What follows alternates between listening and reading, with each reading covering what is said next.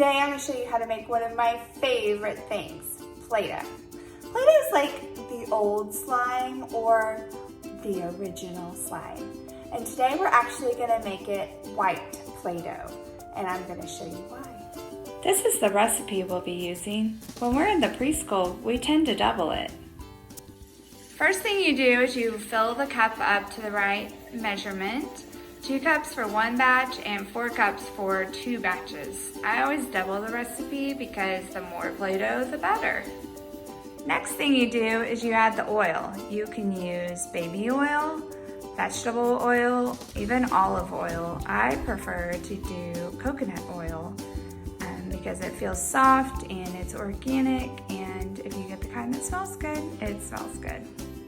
Then you put the oil and water, and if you were going to add food coloring, also the food coloring, in the microwave for 5 minutes. While your wet ingredients are in the microwave coming to a boil, you're going to start mixing the dry ingredients. You're going to add 2 cups of flour or 4 cups of flour. Then you're going to add the salt, 1 cup of salt or 2 if you're doubling.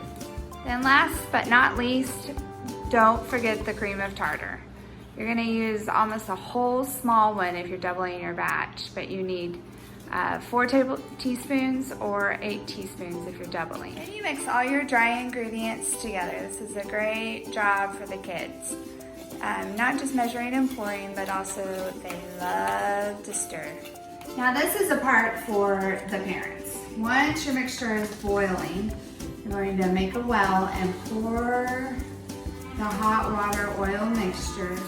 And then mix the Play-Doh and the flour mixture together. All right. Once it's all mixed together, then you're gonna knead it kind of like bread. It's gonna be wet and hot for a minute, but once it cools off to the touch, then that's a good time to get the kids involved.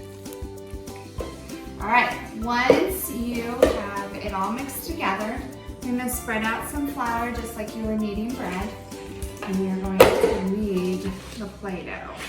So get it all out. I like to use gloves because it's still kind of hot and it helps and it doesn't hurt too much.